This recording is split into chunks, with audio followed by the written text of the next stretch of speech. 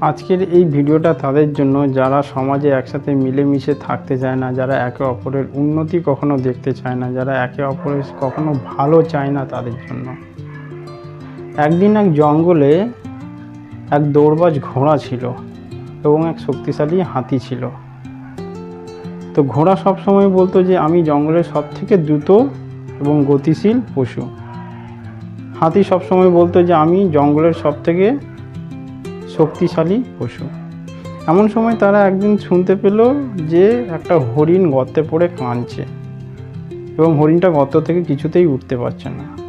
ঘোড়া যেহেতু গতিশীল, সে দ্রুত ঘোড়াটা আগে গিয়ে চেষ্টা করলো হরিণটাকে বাঁচানোর, কিন্তু কিছুতেই সে বাঁচাতে পারলো না। হাতি এসে কিন্তু তার সুর দিয়ে তৎক্ষণাৎ তাকে গর্ত থেকে বের করে দিল।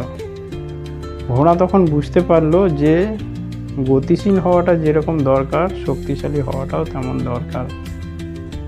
তো আমার বক্তব্য হচ্ছে, আমরা যদি সমাজে মিলেমিশে থাকি, যদি আমরা একে অপরের ভালো চাই, তাহলে কিন্তু আমাদের অনেক কঠিন পরিস্থিতি কিন্তু আমাদের অনেক সহজেই সমাধান হয়ে যাবে। সেটা আমরা কখনোই ভাবি না, আমাদের এটা একটু ভাবা উচিত। ধন্যবাদ।